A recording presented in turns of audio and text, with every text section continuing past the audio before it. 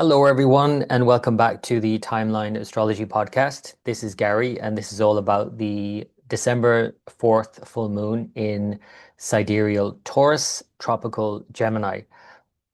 Taurus is where we find the lunar mansion called Rohiṇī. And this full moon in Rohiṇī, the moon's favorite lunar mansion, is absolutely a wonderful time to enjoy something.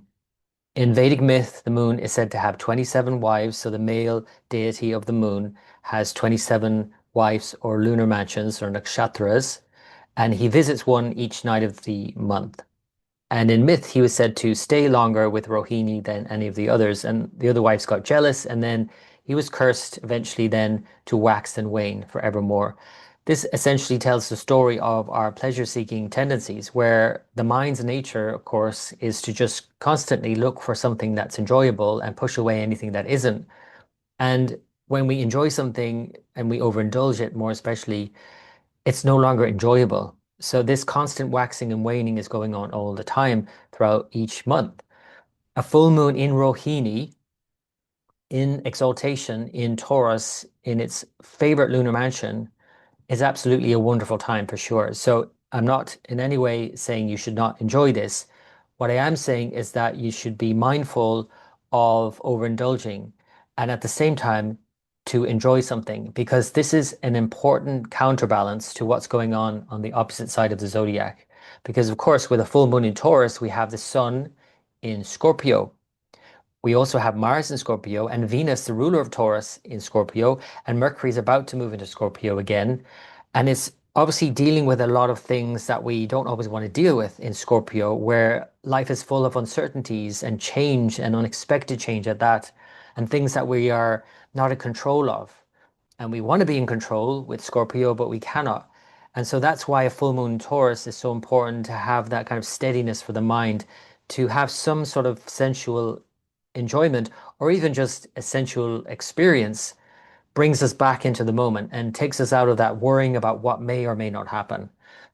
So this is the nature of Taurus. It's a very sensual sign. It literally represents the senses. It rules the face. So whether you're enjoying food or, a good massage or whatever it is that you indulge in, and I don't know if I should even use the word indulge, because it's such a necessary part of life. Without like the Venus type of things, life would be unbearable, basically.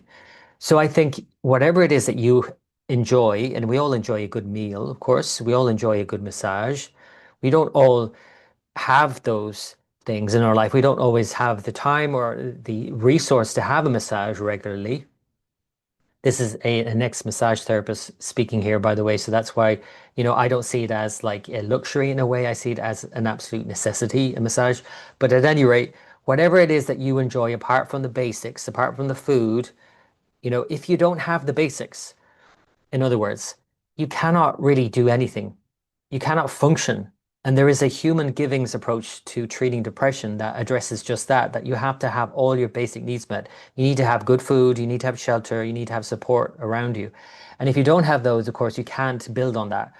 And of course, the people who don't have those basics, they don't spend their time worrying about what could go wrong, because it's already gone wrong. For people who are in now war-torn regions of the world, when we see all of that, they don't have time, they don't have the luxury in a way to worry about things. They have to get food somehow.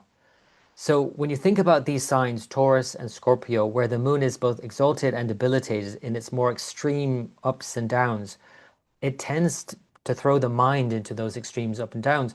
Now, just to be mindful of that and not to overdo one or the other, and even with a moon in Scorpio or Taurus, not to do those to the nth degree. You don't have, for example, moon in Taurus again, and just be about pleasure seeking and not dealing with those Scorpio things. Because obviously there are those Scorpio things to deal with. But likewise, you don't want to, with the moon in Scorpio, only dwell on things that you have no control over. You want to have some enjoyments. So again, it's a balance between the two. And this full moon is an absolutely important counterbalance at this time with all of the Scorpio themes that are going on in general around the world. But again, in your life, maybe you're dealing with some uncertainties or even just imagined things in your head, that you're grappling with. Maybe if you are overdoing that impulse, maybe just think about the basics. Have a nice meal, enjoy it with nice people or people you think of as nice who are supportive to you. Don't hang around people who are not supporting you. Don't eat food that's not nourishing you. And don't miss your meals, right? If you're wanting to have that conversation, that difficult conversation, for example, with somebody, give them a nice meal or take them out for a nice meal. And it's easier to have those kinds of conversations. So, apart from the moon itself being exalted, a wonderful, bright, strong, grounded full moon, absolutely wonderful, and it being in the moon's favorite lunar mansion, Rohiṇī, which is so enjoyable in so many ways. And one of the symbols of Rohiṇī is a chariot. So, in this modern age, that would correlate with, your most luxury vehicle you can think about. It's all about luxury and comfort and refinement and enjoyment. So I call it the comfortable one. All of that is wonderful. Apart from all of that, there are some other issues. And so I don't want to completely ignore the Scorpio thing, but also the other thing that's going on is that this full moon is at the bending of the nodes, it's called. So the moon is currently, almost by degree, the full moon, I mean, on December 4th, at the halfway point between two eclipses. So Rahu and Ketu are the two eclipses, north and south nodes. Every 6 months, we have a set of eclipses. And in the middle of that, this full moon, so it's 3 months after the last set of eclipses, and it's 3 months until the next one.